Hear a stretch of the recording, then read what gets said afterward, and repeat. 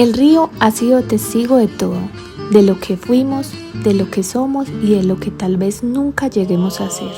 Sus aguas no solo arrastran tierra, arrastran memoria.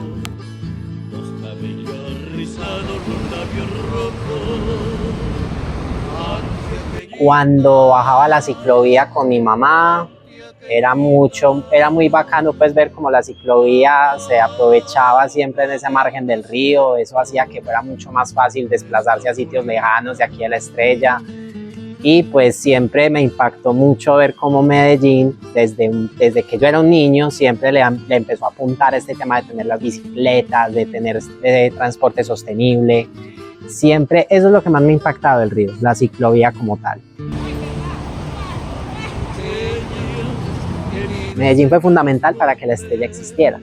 Medellín existe 10 años antes de la fundación de La Estrella, 1675.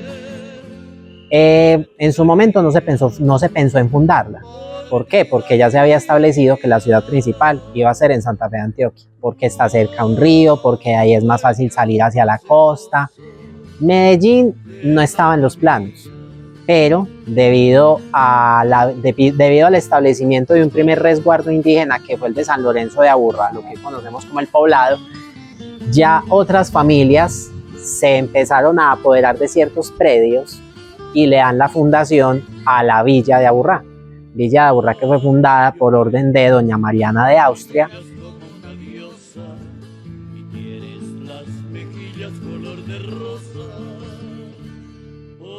que era la regente de su hijo Carlos II.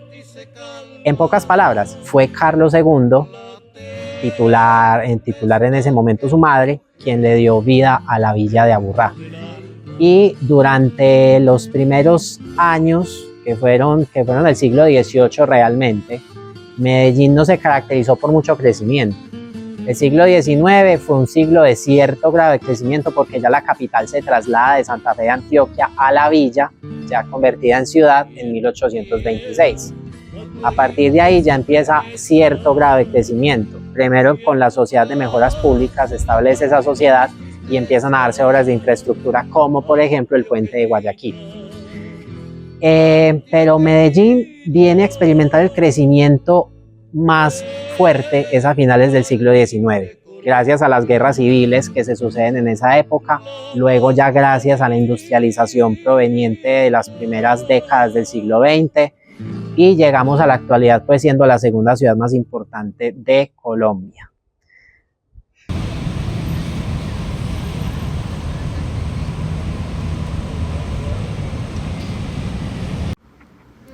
Hoy el río corre entre muros de concreto, vigilado por trenes que lo sobrevuelan, pero aún así bajo su corriente persisten ecos, voces, preguntas y recuerdos que se niegan a morir.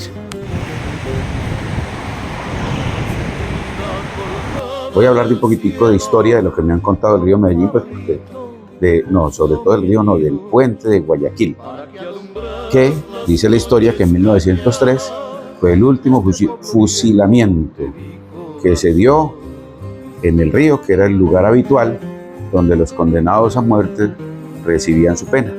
En 1903, creo que es la fecha aproximada, un señor de apellido Tamayo, que había envenenado a su esposa, fue fusilado en el río.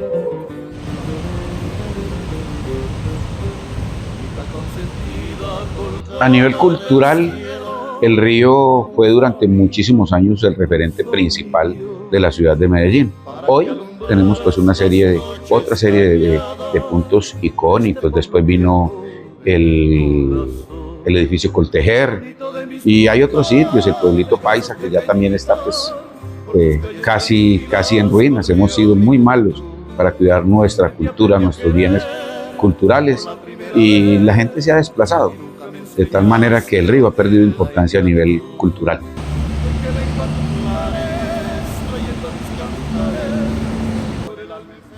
El progreso corre sobre rieles, pero bajo ellos, el río sigue contando otra historia, una que no cabe en planos ni mapas, una historia de luchas, nostalgias y silencios acumulados. Pues la gente hoy en día cuida mucho de no tirar basura, pues lo cuidan mucho. Antes no, Antes todo era para el río, todo era para el río. Pues acá, en cuanto a la ciclovía, hay mucha cultura, acá.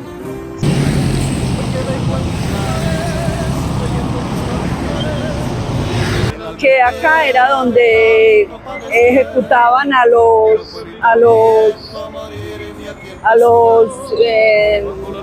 ¿qué sería? A los malos, digamos, sí, los ejecutaban ahí debajo del puente, los colgaban, bueno, ahí en esa columnita que hay, y que el puente fue hecho con sangre de toro. El río Medellín no es solo agua entre orillas, es una línea viva que une generaciones, una cicatriz y una esperanza. Donde hubo río, hubo vida, y donde hay memoria, hay futuro.